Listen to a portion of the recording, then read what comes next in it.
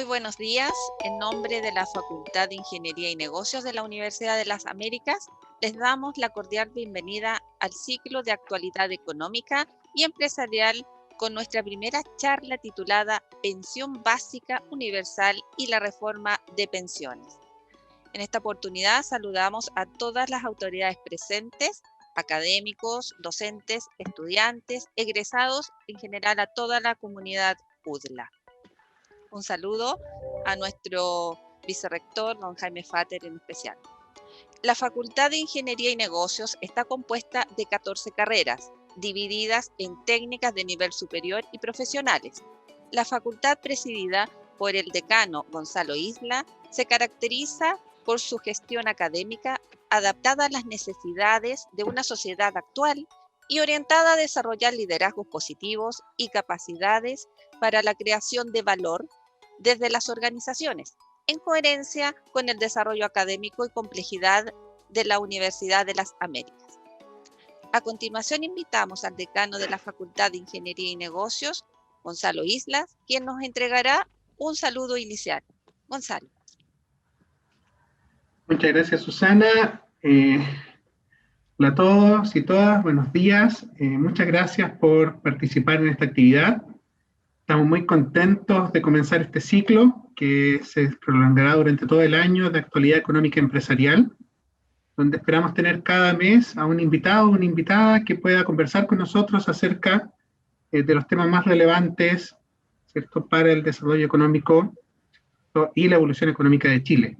Hoy día tenemos una gran invitada, ¿cierto?, Alejandra Cox, y también nos acompaña nuestra rectora, Pilar Romellera, a quien le cedo la palabra para que haga la bienvenida oficial. Gracias a todos por participar en esto. Gracias Gonzalo. Bueno, queridos estudiantes, académicos, docentes y de verdad todos quienes hoy día nos acompañan. Con mucho orgullo tengo el agrado de dar este saludo inicial al inicio de este ciclo de conversatorios de la Facultad de Economía y Negocios de nuestra universidad. Orgullo porque este nuevo espacio, en el cual periódicamente nuestros estudiantes y académicos tendrán acceso a reflexiones disciplinares contingentes con invitados de altísimo nivel. Y orgullo también porque esta primera sesión cuente como invitada con Alejandra Cox, académica y economista chilena de gran trayectoria y prestigio, tanto en Chile como en el extranjero, además de ser la primera mujer en presidir la Asociación Chilena de AFP, cargo que detecta actualmente, ¿cierto?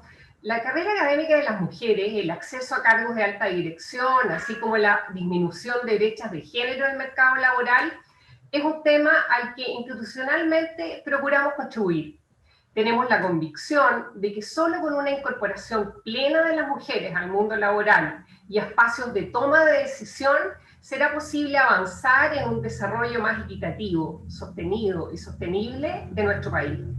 Por otra parte, el tema del sistema de pensiones, la situación actual y las propuestas de reforma han sido también un ámbito en que como universidad hemos promovido la reflexión y debate académico, procurando, como siempre, generar espacios de análisis y escucha, que además de distintas aproximaciones académicas y teóricas, permitan contribuir con información clara y rigurosa a la opinión pública, directamente desde la voz de quienes lideran el debate.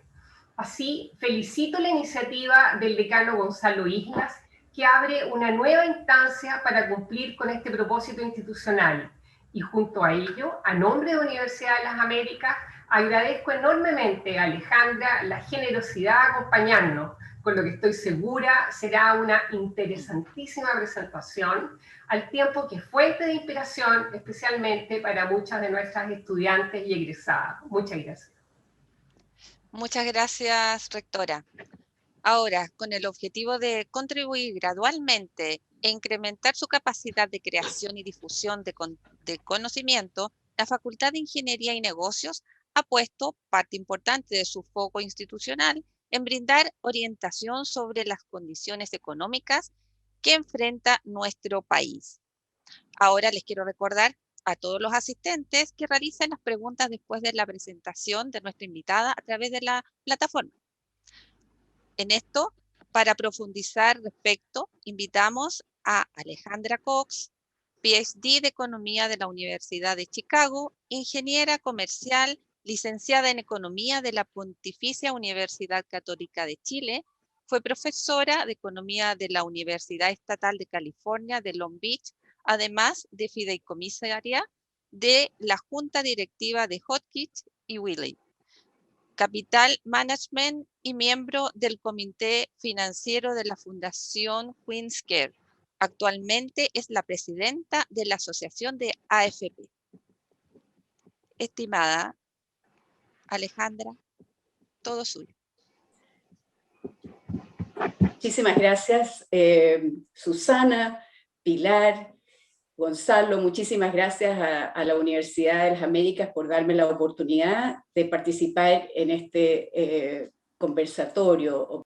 Voy a hablar un poco del sistema de pensiones en Chile, voy a explicar por qué hay detrás de la desilusión de muchas personas con respecto a nuestro sistema, qué tendríamos que hacer para tener un sistema sostenible financiera y políticamente, y qué se debe incluir en una reforma desde nuestros puntos de vista. El sistema chileno cumple 40 años, el sistema desde su inicio del año 81, y eso lo hace un sistema maduro en términos, en el lenguaje de los expertos, simplemente porque 40 años es típicamente lo que una persona contribuye. Si empieza a los 20, puede pensionarse a los 60, a los 65, 40 años es un periodo suficientemente largo para darle madurez al sistema. El sistema de pensiones en Chile siempre ha sido mixto y tiene tres partes. La primera parte es un programa solidario financiado con impuestos generales, que desde el 81 hasta el 2008 consistía en un programa asistencial, se llamaba PASIS, para las personas, los adultos mayores en pobreza, y además el sistema tenía una pensión mínima garantizada para los aportantes. Esto cambió a partir del 2008, se creó la pensión básica solidaria llamada PBS, reemplazando el PASIS para personas sin pensión en el 60% más pobre. El diseño de esta nueva PBS difería del original PASIS, pero, porque garantizaba un monto, pero tenía el mismo sentido de llegar a las personas sin pensión. Y un aporte previsional solidario para personas con pensión y en el 60% más pobre, que complementaba la pensión alcanzada o autofinanciada, y que existe hasta hoy, por supuesto. Sobre esto, un programa de ahorro obligatorio, que consiste en un 10% del salario imponible, más un seguro de sobrevivencia e invalidez. Este seguro es muy importante también para el sistema de pensiones, porque el sistema no solamente paga pensiones de vejez, sino que también de sobrevivencia e invalidez. Sobre esto, un programa de ahorro voluntario, y estas tres patas del sistema son las tres patas que persiguen la mayoría de los sistemas en el mundo hoy en día. Las pensiones son función de los montos ahorrados, que depende de la tasa de contribución, que en nuestro país es 10%, y salario imponible. Eso es la obligación que toda persona tiene de contribuir mes a mes. También es función de la persistencia en las contribuciones. Es distinto si alguien contribuye a lo largo de sus 40, 45 años de trabajo, o si se espera hasta los 40 años para empezar a contribuir y tiene solamente 20 o 25 años de contribución. La contribución sobre el salario total, en nuestro caso en Chile, es 10%, eso afecta el total de pensión que se puede obtener. La rentabilidad de los fondos que van a estar ahorrados, la edad de pensión y el número de años de sobrevivencia a partir de la edad de pensión. Porque la edad de pensiones determina, y la de entrada al mercado de trabajo determinan cuántos años una persona contribuye, y el número de años de sobrevivencia a partir de la edad de pensión determina cuánto tiempo se tiene que alargar o hacer cundir los fondos ahorrados. Este sistema que tenemos en Chile, de ahorro individual, con seguros y con beneficios del Estado, es similar en casi todos sus aspectos a lo que tienen países como Nueva Zelanda, Australia, Holanda, Colombia, México, Dinamarca, Suecia, entre otros. Nuestro sistema no es tan distinto, se ha hecho pensar a la población que Chile es un país que tiene un sistema extremo, lo que no es así. Lo que sí es así es que Chile fue uno de los primeros países que hizo un cambio hacia un sistema de estos 3 pilares con ahorro, pero a estas alturas, 40 años después, hay muchos países que tienen el mismo tipo de sistema. Para un afiliado que cotiza 40 años, desde el 81 hasta diciembre del 2020, este gráfico nos muestra cómo la cotización continua y su rentabilidad conforman los fondos que se han acumulado en sus cuentas. Lo importante y casi y sorprendente en cierta forma de nuestro sistema es que la rentabilidad explica el 79% de la acumulación de ahorros al momento de pensión. Eso en comparación, por ejemplo, con programas importantes como el CalPERS, el programa de empleados públicos de California, que es uno de los más grandes, el segundo más grande de Estados Unidos. En ese programa, las pensiones de los últimos 20 años se componen en 45% de contribuciones y 55% de retornos. La gran diferencia en Chile es que hubo más crecimiento y por lo tanto más rentabilidad de los ahorros, especialmente en los primeros años. Así, todas las pensiones están por debajo de lo esperado. ¿Qué explica esto? En primer lugar, la discontinuidad en las cotizaciones, especialmente al inicio de la vida laboral. Hay muchas personas en Chile que se esperan a empezar a contribuir o contribuyen muy poquito y después vuelven a contribuir y se pierden los primeros años, que son los más importantes, donde las contribuciones se multiplican más. Especialmente al inicio de la vida laboral, esta no contribución es muy costosa para las pensiones. Entonces aquí yo puse empezar a cotizar a los 38 en vez de los 20, reduce la pensión en 70%. Esto yo sé que me están escuchando estudiantes, por lo tanto el mensaje está para los jóvenes. Es muy importante empezar a ahorrar al principio, y pregúntele si no lo saben, pregúntele a Gonzalo Islas la regla del 72. La voy a dejar para los comentarios después si acaso tenemos tiempo. Edad de pensión, eso es muy importante también porque en Chile en el 81 la esperanza de vida a los 65 era 16 años, en el 2021 es 22. 6 años adicionales que hay que financiar. Si la edad de pensión es exactamente la misma que la es en la ley. Entonces, habría sido mejor posponerle a la pensión, pero no se ha hecho por ley. Las personas ya lo están haciendo y sabemos que haciendo un cálculo simplemente posponerle a la pensión en 3 años y seguir cotizando aumenta la pensión en 22% más. La tasa de cotización es también un punto importante. Cada punto adicional aumenta la pensión en 10%, en régimen, como se dice. O sea, para una persona que empieza con 11% desde el principio y llega a su edad de pensión con el 11%, su pensión va a ser 10% más que si hubiera cotizado solo 10%. Entonces, este cuadro, me voy a detener un poco, viene de la Superintendencia de Pensiones, es un resumen muy simplificado porque tengo aquí a todas las personas pensionadas por vejez, mujeres y hombres, en el mismo gráfico. No separo pensión anticipada ni pensión a edad, vejez, no separo nada, no incluyo sobrevivencia ni invalidez, simplemente pensión vejez.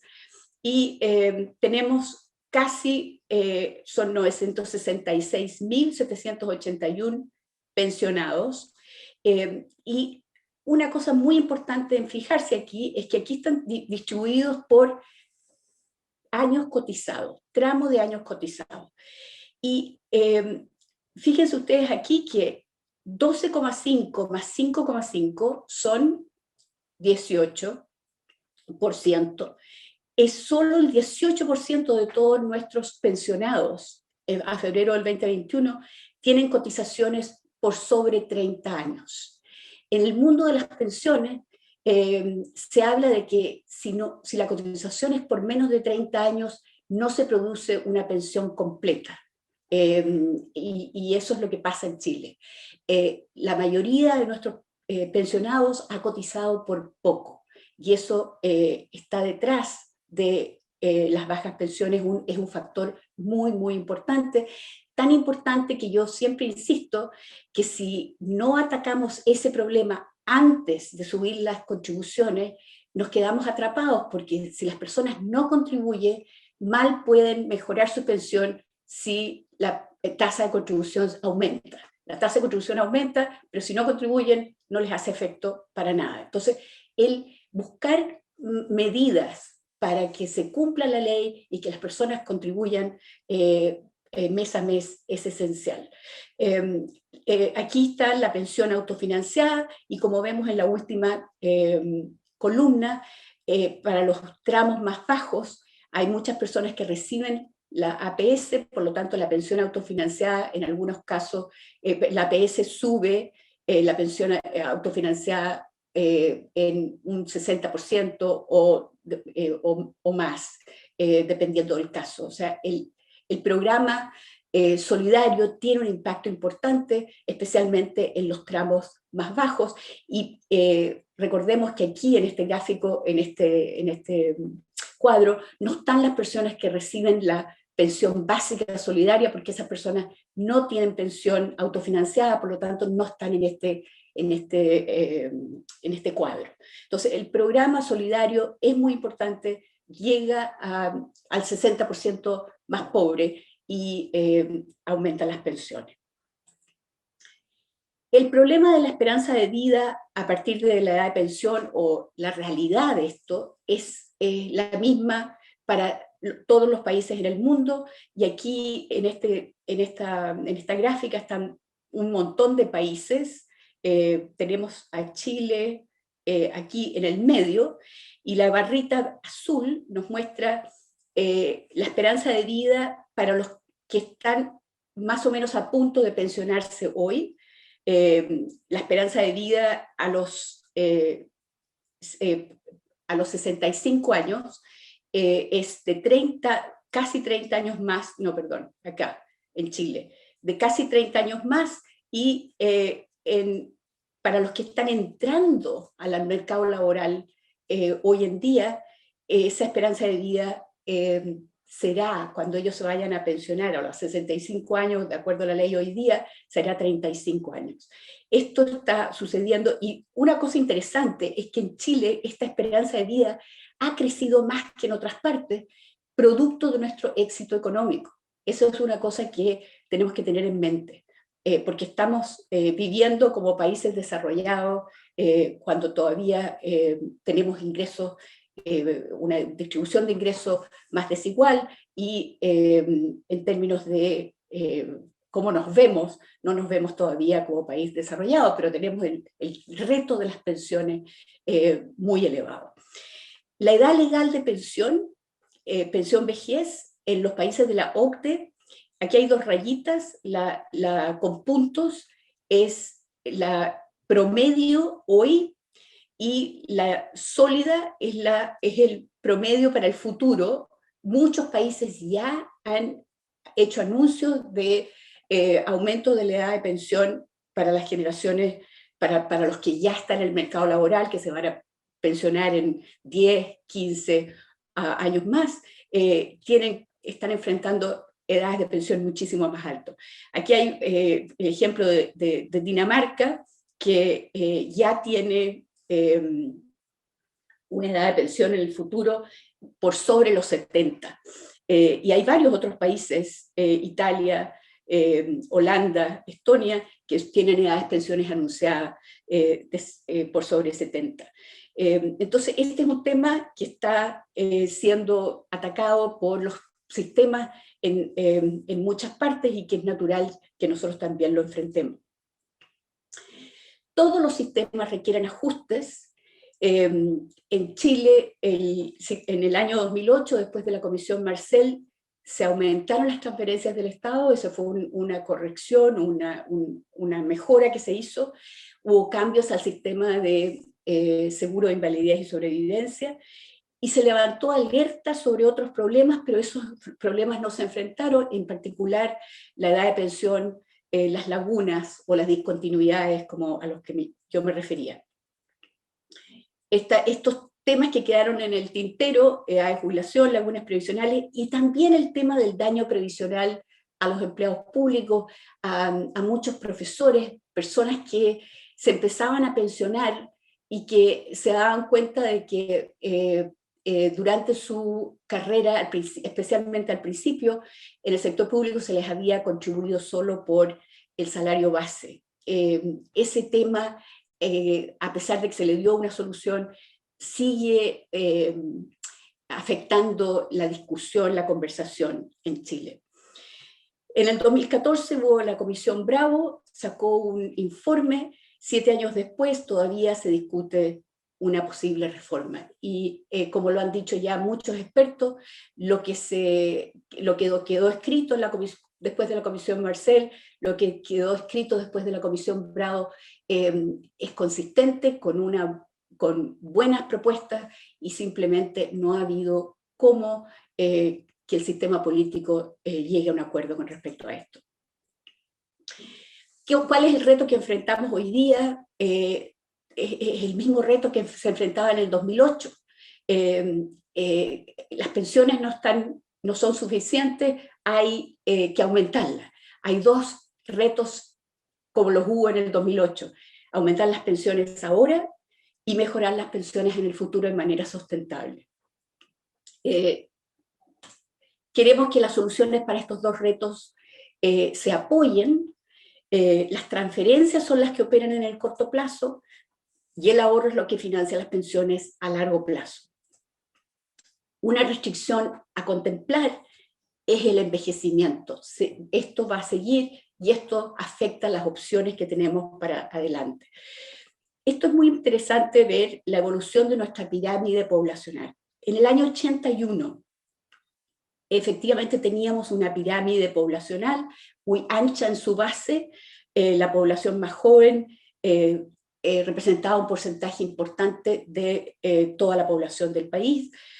Ya el año 2021, nuestra población total ha aumentado casi al doble respecto del 81, pero la distribución de edad es muy diferente.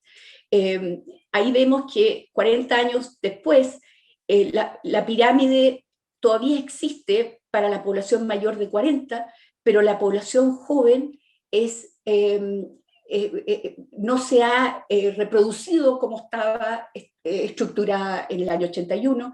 Esta ya no es una pirámide, es más bien una bomba de tiempo. Y si nos proyectamos solo 20 años más, la pirámide sigue aquí para la población de 65 años y más, pero nuestra población joven es aún, la base de la pirámide es aún más angosta. La implicancia de esto es muy importante para considerar o no considerar un sistema de reparto. ¿Por qué? Porque ya para el año 2041, la población en edad de trabajar, ¿okay?, que sería la población de 20 a 65 años, representa un 51.6% de la población en total, mientras que la población en edad de pensión, dejando las edades como están, representa un 20,8%. Ahora, solo parte del 51,6% en edad de trabajar efectivamente trabaja, y por lo tanto es una población que podría pagar impuestos para financiar pensiones. Si la tasa de participación es más o menos 69%, no sabemos exactamente cuánto va a ser, pero pongámosle 69%, la población trabajadora sería del orden de 36% en el año 2041, lo que implica que habría 1.7 trabajadores por cada pensionado. Entonces, un cálculo muy simple, uno dice, ¿qué tasa de impuestos se tiene que cobrar para poder financiar pensiones que sean con una tasa de reemplazo relativamente razonable? Bueno, como tienes una proporción de trabajadores que es solamente 1.7 por cada pensionado, la tasa de impuestos requerida para financiar una tasa de reemplazo razonable es muy alta, o tendrías una tasa de reemplazo muy baja, entonces un sistema de reparto se hace inviable. Y es por eso que todos los países están cambiando, están cerrando, digamos, sus programas de reparto y transformándolos en sistemas de ahorro. Entonces, volvamos a nuestro problema.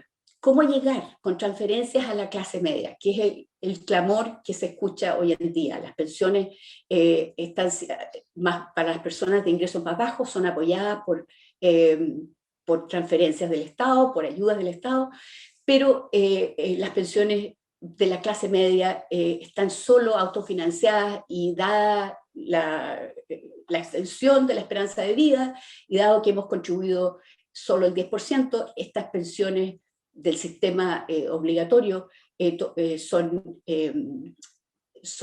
insuficientes. Entonces, volvemos a lo que tenemos. Tenemos esta pensión básica universal, que hoy en día es aproximadamente 158.000 pesos por mes.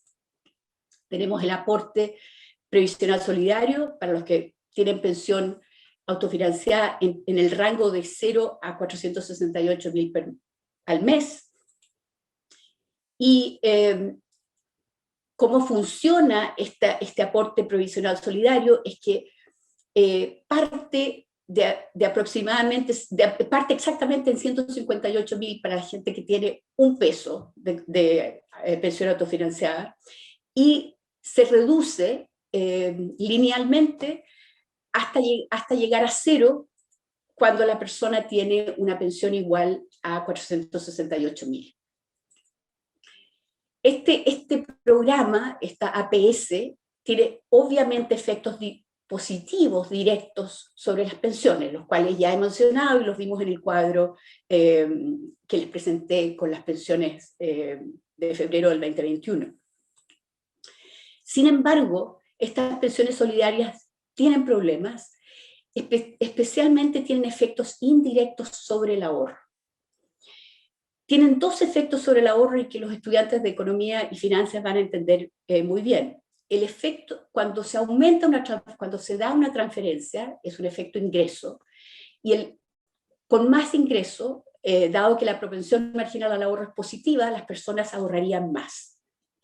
Pero este programa, al dar menos ayuda a los que tienen más pensión, tiene un efecto sustitución negativo sobre el ahorro.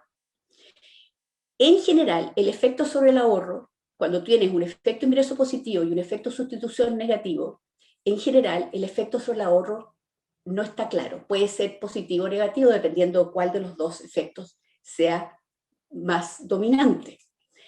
Pero para grupos con restricción de liquidez, que normalmente se asocia a esto para los grupos de ingresos más bajos, aunque sabemos que esto no es necesariamente así para todo el mundo, pero la gente que tiene restricción de liquidez, cualquiera sea la razón por qué esto es así, puede que sean personas muy endeudadas, en fin, cualquiera sea la razón, para ellos la propensión marginal al ahorro es muy cercana a 0 o 0. Por lo tanto, sin efecto ingreso y con solo efecto sustitución, la APS tiende a reducir el ahorro. Entonces, déjeme volver. Este problema es lo que inspira a muchos estudiosos del sistema a decir sería mejor tener una pensión básica universal que reemplace a la PBS y APS. Y esta pensión básica universal, siendo fija, la misma para todo el mundo, tiene solo efecto ingreso y por tanto aumenta el ahorro. Excepto entre quienes tienen restricción de liquidez, en tal caso no aumentaría el ahorro, pero no lo reduciría. Debemos combinar una pensión básica universal con educación previsional, porque la idea es que una vez que ya no tengas un esquema complejo en la parte de las ayudas, sino que sea un esquema simple, quede más claro para cualquier persona que la pensión va a depender de sus ahorros y que mientras se ahorra joven, el efecto sobre su pensión va a ser más importante que si espera hasta 5 años antes de la pensión para empezar a ahorrar. El otro punto es que una PBU, una pensión básica universal, o una reforma en este momento, debería introducir algo que todavía no tiene nuestro sistema solidario, que es un financiamiento sostenible. Y para que haya un financiamiento sostenible, hay que tener en cuenta que la esperanza de vida se ha incrementado 1,3 años por década, y por lo tanto la manera de establecer sostenibilidad es que hay que poner en la norma que la edad del beneficio se debe retrasar en aproximadamente 1,5 meses por año hacia el futuro. De manera que ya quede en el sistema la noción de que tenemos que prepararnos, una manera de prepararnos para la vejez es ir postergando, ir preparándonos para trabajar un poco más, aunque las personas igual ya están trabajando más, pero simplemente postergando la pensión, y de esa manera todo el mundo está en el mismo bote y con la misma expectativa. En este cuadro repito lo que ya presenté al principio con las pensiones a febrero del 2021, pero lo que estoy haciendo aquí es que pongo una columna de cuál sería la pensión. Aquí tenía la pensión autofinanciada y la pensión autofinanciada más la APS. ¿Cuál sería la pensión autofinanciada más 6 UF, que es la propuesta de la pensión básica universal? Y evidentemente que las pensiones en la parte baja y media aumentarían significativamente. Aquí está, la última columna muestra la mejora relativa al sistema de pensiones solidarias que tenemos hoy en día, y es interesante y notorio cómo el efecto de la pensión básica universal es muy importante en los sectores medios que están asociados con años de contribución del orden de 10 a 25 años de contribución. O sea que una pensión básica universal puede ser muy potente para llegar a la clase media. Y el ahorro obligatorio. ¿Qué pensamos con respecto a esto? Lo más importante es que creemos que las personas tienen que tener libertad de elección, que sería bueno tener nuevas instituciones en igual condiciones con respecto a lo que existe hoy para proteger el ahorro de las personas. Hay que reconocer que la competencia ha sido parte del desarrollo de esta industria, que se ha modernizado a través de 40 años y que ha mantenido los ahorros de las personas seguros y, productivamente, con retornos importantes. El 79% de los beneficios del programa de ahorro viene de los retornos, y si tomamos las personas que entraron al sistema en el año 91, todavía tenemos retornos importantes, aunque solamente tienen 30 años en el sistema. Para ellos el 60% de sus fondos viene de retornos, todavía les queda un periodo antes de pensionarse.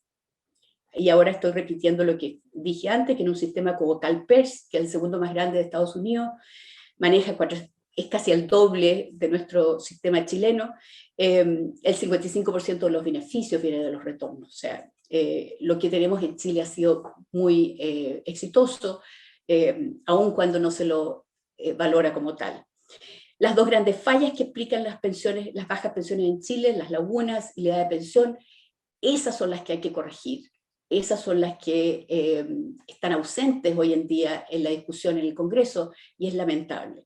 El aumento a 6% de la contribución es necesario, yéndose a largo plazo, pero no es suficiente para quienes no aporten. Es muy importante que se ataquen esos dos frentes al mismo tiempo.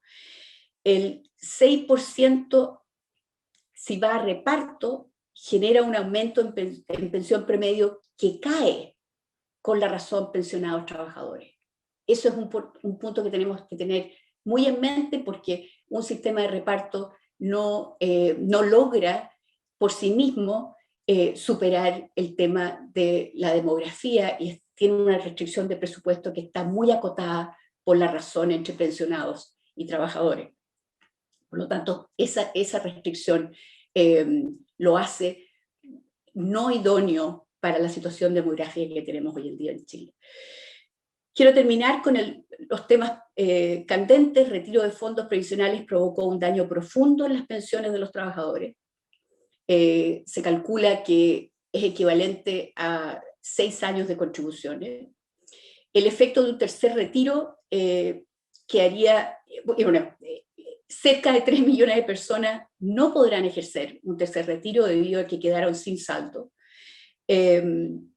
Estas personas son supuestamente las más vulnerables y esta política no las ayudaría.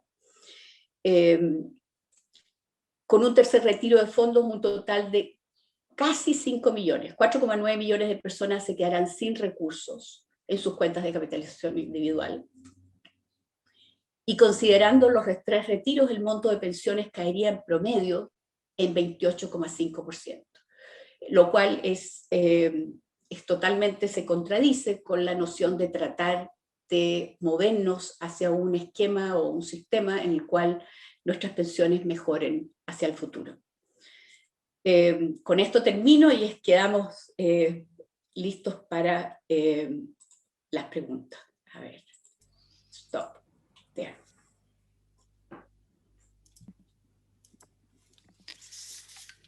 Muchas gracias, Alejandra. Bueno, ahora iniciaremos con el panel las preguntas realizadas a los asistentes de nuestro webinar. Estimado Gonzalo. Muchas gracias, Susana. Muchas gracias, Alejandra, por la presentación muy clara y nos llena de más de ideas y temas para conversar. Ya nos están llegando las preguntas de los participantes. Son de distintos temas. Hay un primer grupo de preguntas que apunta a lo que discutiste al principio, a los factores que influyen en la pensión. Uno de los participantes nos pregunta, bueno, ¿cómo nos hacemos cargo, por ejemplo, del hecho de que hoy día, en comparación al año 81, son muchas más personas las que están estudiando la educación superior y que por lo tanto la edad de ingreso al mercado laboral se está retrasando? Hoy día, ¿cierto? Nos dicen la verdad es que muchas personas estudian hasta los 25 y por lo tanto la idea de que ingresamos al mercado laboral a los 20 es menos frecuente de lo que era en el año 81. Y también otro participante nos pregunta sobre el efecto del tope imponible. ¿Cierto? El hecho de que en realidad también existe un grupo importante de personas que es creciente en el tiempo, que en la práctica no está cotizando por su remuneración real, sino que está cotizando por un cierto límite. ¿Y te lo pregunto ahí directamente, cuál sería tu visión con respecto al tope imponible?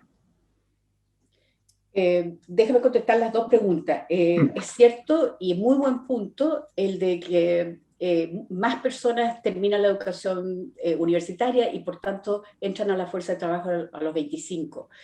Eso significa que para ellos todo se mueve.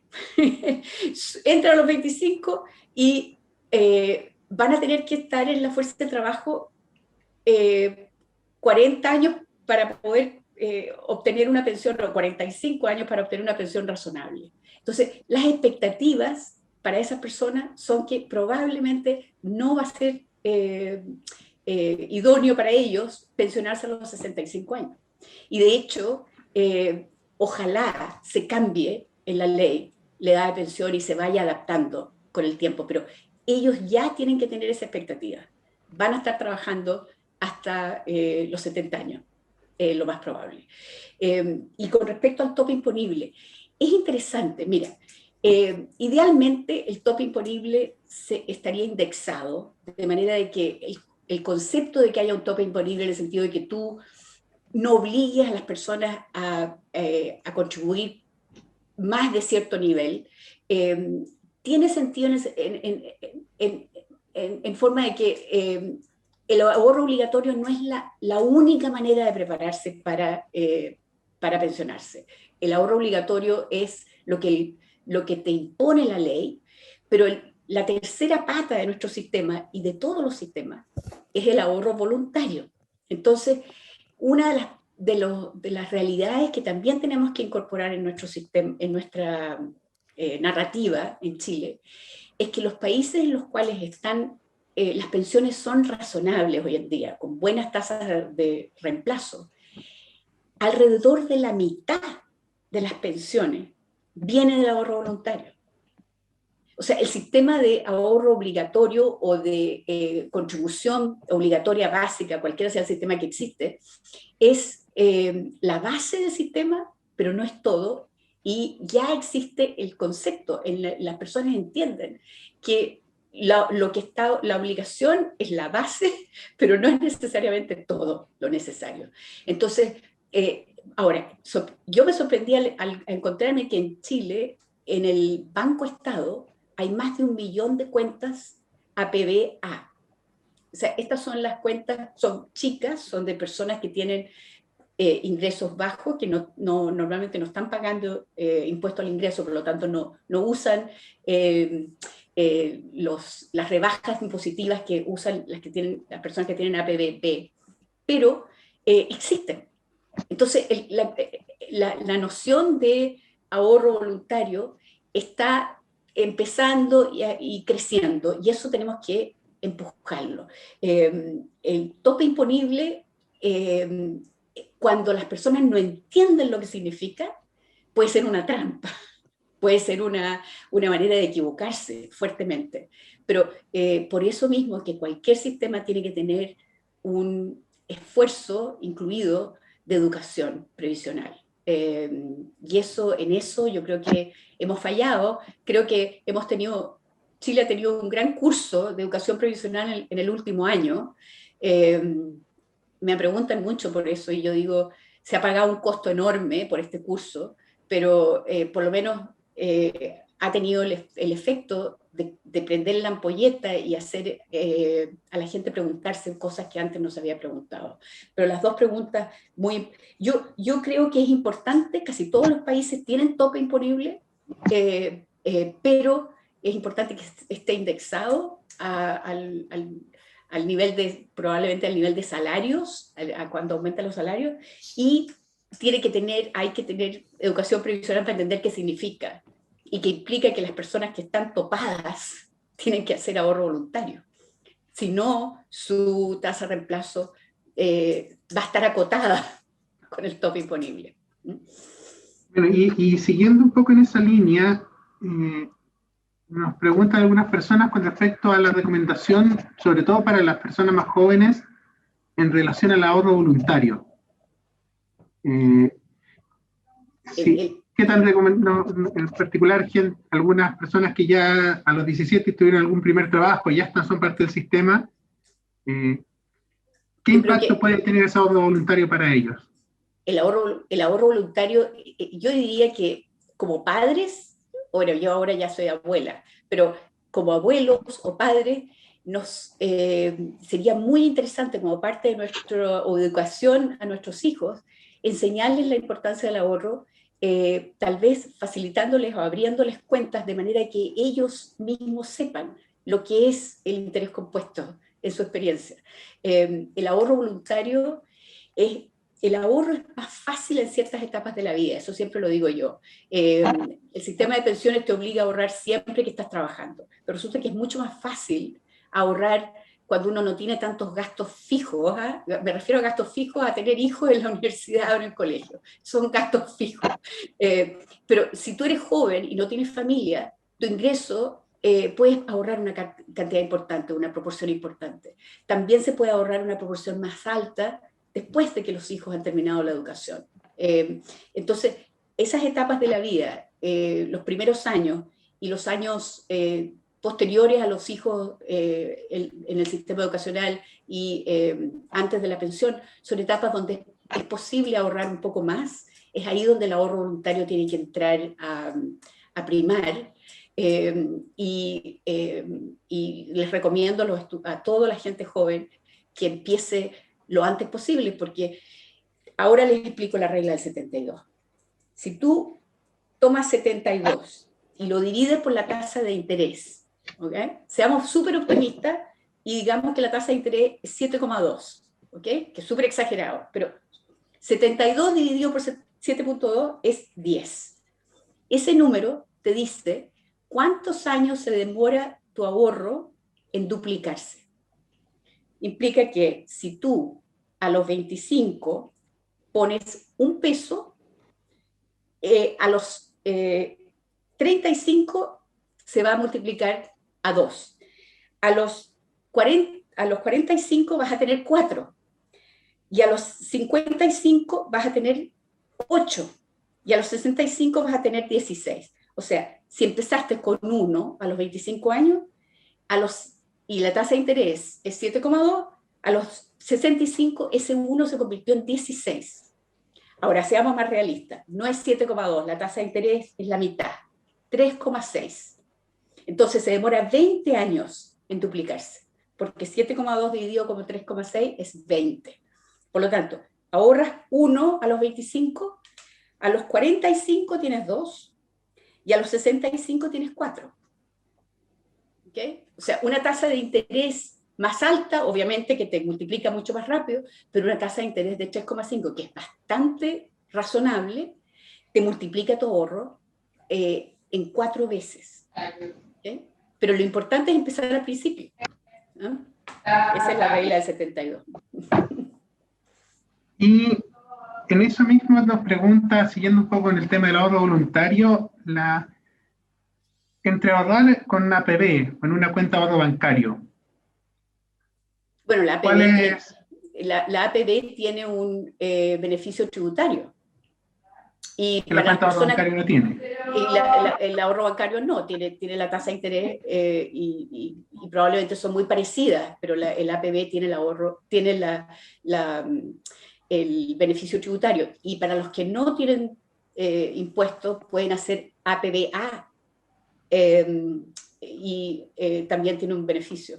Pero la mayoría, o sea, supuestamente todos nosotros que ganamos ingresos deberíamos pagar impuestos.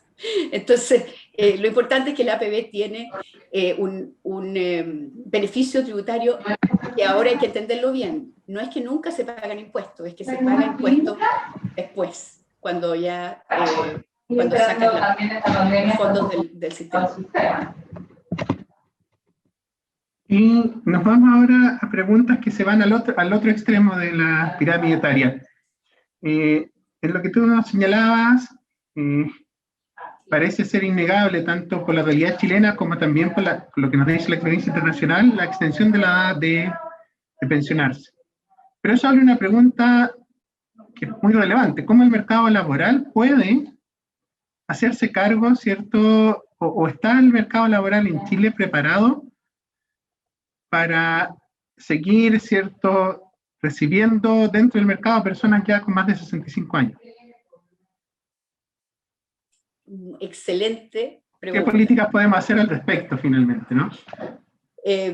Mira, creo que el mercado laboral chileno está muy cojo, no solamente para las personas de más edad, sino que para cualquier persona que quiera tener más flexibilidad en el horario. Una evidencia importante internacional es que, bueno, primero que todo, la proporción de personas con pensión que está trabajando en el mundo entero ha aumentado significativamente en los últimos 20 años. Y eso también ha sido así en Chile. Las personas con pensión están trabajando, porque están en capacidad de trabajo. La pregunta es, ¿qué le acomoda más a las personas que ya están recibiendo su pensión? Y lo que se ve en los datos es que normalmente en el momento de recibir la pensión, en el año de recibir la pensión, muchas personas se salen de la fuerza de trabajo. como que hay un efecto de que estoy cansado y quiero hacer otra cosa, ¿ya? Por un año. Pero ya después de eso hay un retomar las labores en el mercado de trabajo, trabajos normalmente de otro tipo, trabajos con más, normalmente part-time, de horarios flexibles. Las personas mayores hacen muchas cosas con respecto a la familia, eso también se ve en los datos. Ayudan con los nietos, hacen actividades voluntarias, etc. Pero también trabajan. Y trabajan en cosas, buscan cosas de trabajo que son flexibles. Y en eso en Chile tenemos mucho que cambiar para permitir que el mercado de trabajo sea más amable, digamos, o absorba a personas que tienen otros intereses además de trabajar. Esto también es cierto para los estudiantes. Estudiantes, gente ya con pensión, mujeres, digamos, no tenemos que estereotipar a nadie, pero el punto es que mientras más variedad exista en opciones de trabajo, más amigable es el mercado. Y eso tenemos que trabajarlo muy profundamente en Chile. Exactamente. Nos hacen preguntas también con respecto a la pensión básica universal. Nos señalan, entiendo que es más cara que el actual pilar solidario. ¿Cómo se puede financiar? ¿Cierto? Es el momento de aumentar impuestos. Esa es la pregunta que nos llega. Sí. Es más caro, es importante, es bastante más caro. Una manera de enfrentar este aumento de costo es empezar por decirte, con el 80% en vez del 100% inmediatamente. Eso acotaría el aumento de gasto. Así todo, si empezamos con el 80%, este pilar solidario costaría 1.000 millones más de dólares que el pilar solidario actual. Pero costaría menos que lo que el gobierno está proponiendo. Así que si lo empezamos con el 80%, estaríamos en el mismo bote que lo que se está proponiendo hoy en día. ¿Se necesita aumentar impuestos para esto? Es posible. En el plazo inmediato, dadas las condiciones, la crisis, etcétera, etcétera, no es el mejor momento para aumentar impuestos. Se puede echar mano a fondos, se puede echar mano a deuda, pero a la larga, evidentemente, que si vas a gastar más, vas a tener que tener más impuestos, y el ideal, desde nuestra perspectiva, es que la base sea la más amplia posible, que incluya a los dueños del capital y por lo tanto que sea un impuesto al ingreso. A ver si eso contesta la pregunta. Sí, perfecto. De hecho, bueno, creo que ya respondiste otra, que uno de nuestros participantes sugirió un aumento del IVA. Pero entiendo por lo que tú dices que sería más razonable el impuesto a la renta como mecanismo de financiamiento, ¿no? Claro, la razón por la cual el impuesto al IVA no es el más idóneo es que es el impuesto menos progresivo. Es un impuesto que paga proporcionalmente, es un impuesto muy alto proporcionalmente para la gente de bajos ingresos, porque consume casi todo su ingreso. Entonces, por esa razón es preferible que sea el impuesto a la renta y no impuesto al consumo, no IVA. Nos siguen llegando más preguntas con respecto a la APB, un tema que aparece bastante y que están señalando algunos de nuestros participantes. Bueno, el APB tiene un beneficio tributario, pero ese beneficio tributario en la práctica favorece obviamente más a quienes tienen tasas de impuesto marginal más altas. Por lo tanto, es un buen incentivo sin duda a las personas de mayores ingresos. ¿Cómo podemos hacer o qué tipo de beneficios podrían pensarse para incentivar también el APB en aquellos que quizás tienen o que están en el tramo exento del impuesto a la renta, por ejemplo, o que tienen tasas más bajas? Y en una línea similar también nos preguntan con respecto a las comisiones de la PBI, y en particular con respecto a las comisiones de la cuenta 2, que también de alguna forma funcionan como un desincentivo en ese sentido. A ver, con respecto a incentivos, ¿qué es lo que está pasando? Esto es lo que te puedo comentar de lo que está pasando en países donde los ahorros voluntarios se han hecho importantes. Lo que hay es gran cooperación de los empleadores en el tema, porque lo que va pasando es que se dan cuenta de que sus propios trabajadores necesitan guía y ayuda para ahorrar, porque los seres humanos somos como los niños, ¿okay? Nos vamos por lo inmediato, ¿ah? Siempre queremos ir a jugar y no hacer las tareas, queremos dejar el ahorro para después, y todo eso. Entonces, lo que han hecho en muchas partes es usar lo que se llama hoy en día la economía del comportamiento para empujar a las personas a ahorrar. Los empleadores no pueden obligar a la gente a ahorrar, no pueden hacer leyes, pero las pueden incentivar. Y lo que hacen es, cuando los contratan, les dicen, aquí en esta empresa hay un programa de ahorro. Si usted pone un peso, le vamos a poner nosotros un peso más. Cuando usted entra, está inscrito automáticamente en el programa.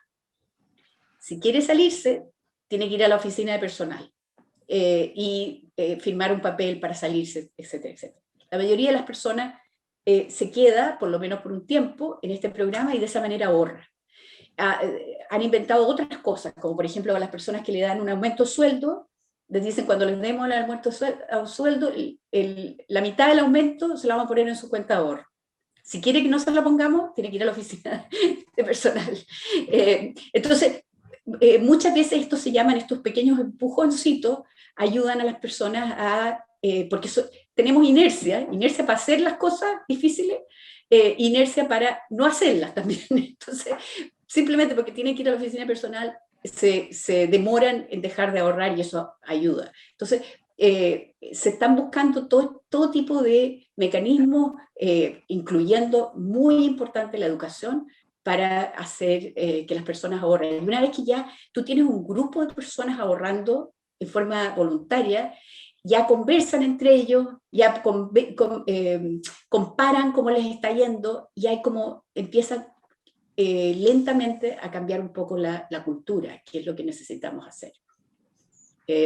Con respecto a las comisiones, es normal que las empresas financieras cobren por manejar los ahorros, porque mal que mal hay costos involucrados en hacer ese trabajo. La ventaja del ahorro obligatorio que tenemos en Chile es que, bueno, en cualquier parte, es que la comisión que se paga es de acuerdo al salario. ¿Okay? Entonces, simplemente el ahorro, si tú te lo manejan igual, hagas o no hagas contribuciones mes a mes. Eso es una protección que tiene el sistema, porque efectivamente se trata de que las personas puedan hacer sus ahorros con un costo lo más bajo posible. Y de hecho las comisiones de los ahorros obligatorios han bajado sustancialmente a través del tiempo, con el desarrollo del sistema, con la competencia, etc. También nos preguntan por otro de los grandes temas, diría yo, del sistema, los trabajadores independientes, que de alguna forma se relaciona con ese gráfico que tú nos mostrabas al inicio. El alto porcentaje de personas que tiene periodos que tienen un gran número de lagunas, en realidad no significa que estuvo fuera de la fuerza laboral, probablemente estuvo trabajando como independiente. ¿Cómo se puede contribuir a mejorar la pensión para los trabajadores independientes, aparte de lo que ya se ha hecho en las últimas reformas? ¿O tú crees que las últimas reformas ya deberían en el mediano plazo tender a solucionar este problema? Bueno, así todo se ha hecho muy poco, se demoró. Fíjate que la reforma incorporó la obligación de los independientes a contribuir en el 2008, Y pasaron casi 10 años antes que esa obligación efectivamente se impusiera. Yo creo que hay una serie de factores, hay que mirarlo con más detalle, porque hay un tema de cómo son los contratos de trabajo para los independientes y qué impide que ellos contribuyan. ¿Es difícil? No, cuando pagan impuestos al final del año es cuestión de directamente hacer la contribución. ¿Es suficiente? Yo creo que no es suficiente, porque contribuyen por lo que declaran, ¿no es verdad? Yo creo que, de nuevo, la educación previsional aquí es clave. Ofrecer, y yo creo, hay iniciativas interesantes que hacen que en instancias específicas de distintos grupos de independientes se les pida que hayan hecho cotizaciones. Eso hay que mirarlo con cuidado, pero básicamente lo que tenemos que hacer, con el caso de los trabajadores dependientes, tenemos al empleador que tiene la obligación de hacer la contribución por ellos. Entonces ahí hay una instancia de un segundo que entra en la película y que le hace la vida más fácil de cierta forma y que lo obliga a ahorrar al final.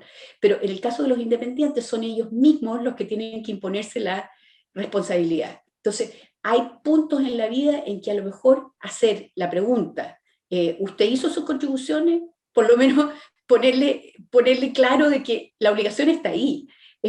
Si se deja solamente a la persona, es muy fácil que esa persona, o es más fácil que esa persona se deje estar. Yo creo que tenemos que trabajar en mecanismos más allá de la obligación, la responsabilidad, por qué se está haciendo este requisito, y mostrar los beneficios de prepararse lentamente hacia la vejez. Y bueno, ya estamos avanzando en el tiempo. También hay algunas preguntas que se enfocan hacia el rol de la Asociación de FP y de las AFP como institución. ¿De qué manera la Asociación de FP va a contribuir en potenciar el relato social por sobre el técnico? Y aquí obviamente esto se relaciona con el problema reputacional que hoy día tienen las administradoras de fondos de pensiones. Tú nos mostraste obviamente que la pensión depende de una serie de factores, muchos de los cuales quedan fuera o la gran mayoría de los cuales están fuera del control de las AFP, pero sin embargo, para la percepción de la gran mayoría de las personas, la responsabilidad última recae en las AFP, por lo tanto hay un problema de reputación, hay un problema en el origen también del sistema. ¿Cómo la Asociación de FP a futuro planea hacerse cargo de esto? De forma tal de finalmente contribuir a la validación del sistema. Mira, lo que ha ido pasando es que en sus principios, al principio del sistema, estamos hablando de los años 80, había muy pocos beneficiarios del sistema nuevo. Entonces, el foco del trabajo de las AFP en un principio estuvo orientado al desarrollo del mercado de capitales, al manejo de los fondos, etc. Pero con el tiempo empezaron a haber más y más beneficiarios, y así la atención de personal empezó a ser más importante en la conexión, la atención a las personas, digamos, empezó a ser más y más importante en la conexión de las AFP con sus afiliados. Y de hecho, el tema de la competencia entre las distintas AFP está mucho más enfocado hoy en día a las diferencias en la calidad del servicio o el tipo de servicio que en la rentabilidad misma. El tema de la rentabilidad es uno de una variedad. O sea, hay personas que prefieren, por darte un ejemplo, la Provida, que tiene muchas sucursales a lo largo del país, porque les gusta ir a la oficina. Hay gente que es más computacional y que prefieren AFPs que son más modernas en ese tema. Hay gente que los más jóvenes, que no les interesa todavía los servicios, pero quieren un costo bajo y se van por las que tienen comisiones más bajas. Entonces, se han ido desarrollando distintos esquemas, y la posibilidad de que las personas también, si no les gusta lo que les ofrecen, se cambien. Y se cambian no necesariamente o no solo por las comisiones. Ahora, ¿cómo hacerse cargo de la reputación? Lo más importante, y está claro para la asociación y para cada una de las AFP, lo más importante es la conexión con sus afiliados.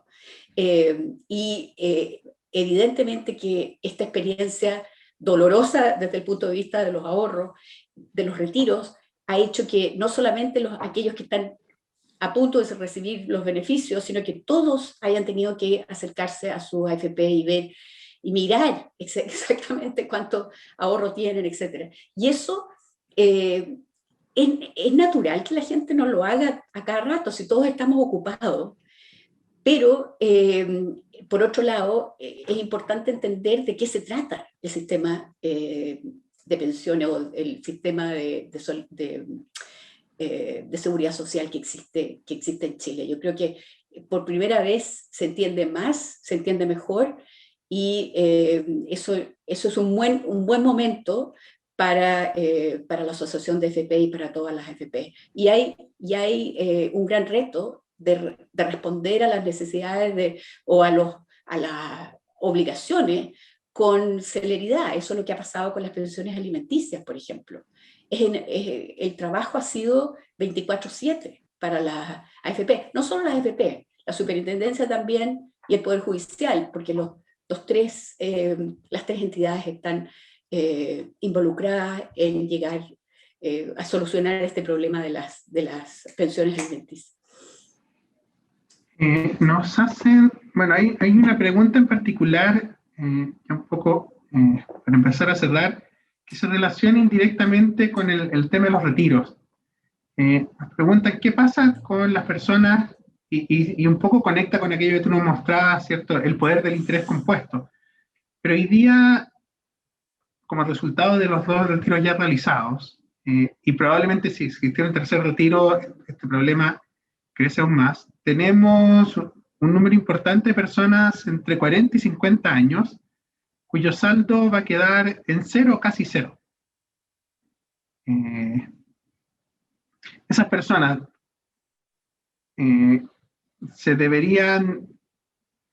deberíamos dejarlas, entre comillas, fuera del sistema, o las deberíamos obligar a cotizar más, porque finalmente en la práctica es como si estuvieran entrando al sistema a los 45 años. Claro. Y sabemos, tú lo mostraste al inicio, que si entras al sistema a los 45 años, la probabilidad de alcanzar una pensión suficiente es prácticamente nula. Evidente. O sea, aquí, por eso, por un lado, es importante tener un piso para todos igual. Eso es importante. Y segundo, yo creo que va a tener que haber un esfuerzo, yo lo diría, nacional, por darle una mirada de país a este problema de haber usado los ahorros de las personas para enfrentar la crisis. No era la manera ideal de hacerlo, por ningún motivo, pero así se hizo. El que se haya permitido fue una solución política, pero el que ahora nos enfrentamos con este problema es un problema del país como un todo. Y yo no estoy llamada a ser la que ofrezca la solución, pero creo que va a tener que haber una solución de ese estilo, de esfuerzo conjunto, en que participen distintos actores, partiendo por los mismos afiliados, que de alguna manera se los va a tener que invitar a reponer esos fondos, pero con ayuda de distintos grupos. Esa es mi visión. No sé no me atrevo a ofrecer detalles, pero esa sería, creo, la manera de enfrentar este problema.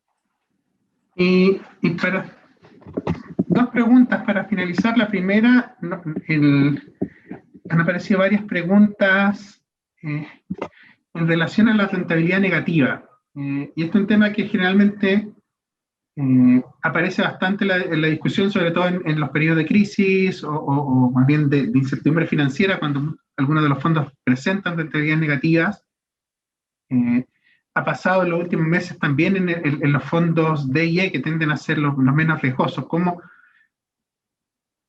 ¿Cómo se hacen cargo finalmente las administradoras de esos periodos? Porque es un tema que tiende a generar bastante preocupación en las personas y que ha de hecho aparecido en varias de las preguntas hoy día. Sí, mira, yo creo que hay varias cosas. Uno, las rentabilidades de fondos mes a mes varían. Eso es parte del sistema financiero, varían. Cuando las tasas de retorno mundiales y nacionales son bajas, como ha sido en los últimos años, esa variación hace que a veces, en algunos meses, la rentabilidad sea negativa. Pero cuando tú miras un periodo, ya sea de 6 meses, un año, es raro que la rentabilidad de ese periodo sea negativa. Yo calculé para entre agosto del año pasado y marzo de este año la rentabilidad es 12% total, pero hay meses negativos, pero es 12%. Entonces, acordémonos que estos son fondos de ahorro de largo plazo, son fondos de ahorro para la vejez. Entonces, no es sano para las personas estar mirando la rentabilidad mes a mes, porque hay variaciones. Es más razonable mirar la rentabilidad anual o de un periodo de ese tipo. Y obviamente cuando las rentabilidades son muy bajas, los fondos no aumentan. Se habla de devolver comisiones y cosas. Yo creo que hay que considerar todas esas posibilidades de que a lo mejor las comisiones se paguen, que haya una comisión base por el manejo y una que tenga que ver con la rentabilidad, pueden haber cosas así. Eso complica un poco el esquema, pero se puede considerar. Eso no es, yo creo que habría que ver. Al final de cuentas, lo más importante es si eso va a cambiar el trabajo que están haciendo hoy en día las administradoras con la intención de maximizar la rentabilidad para sus afiliados. Y eso lo tienen que hacer porque ellas están invirtiendo sus propios fondos de la misma manera. Pero evidentemente cualquier cosa que se pueda hacer que logre mejorar esos incentivos es bueno. Hay que ver si acaso lo hace, si mejora esos incentivos, más allá de lo que ya existe.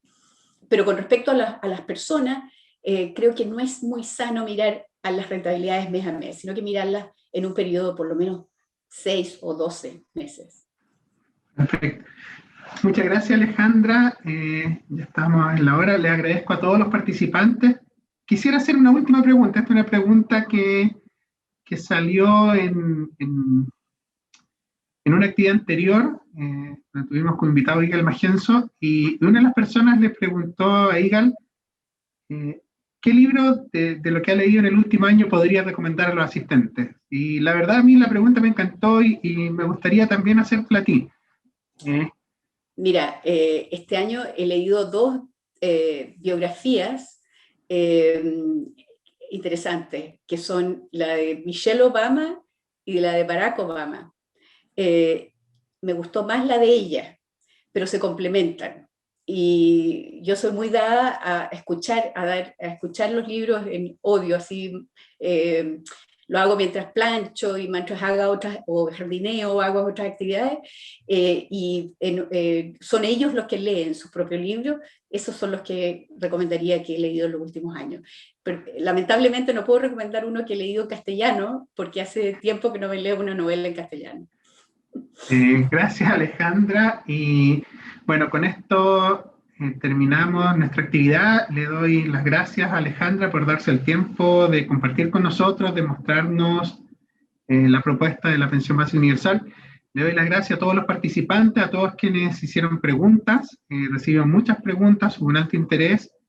La mayoría de los participantes se quedó hasta el final, así que les agradezco a todos y nos estamos viendo en futuras actividades.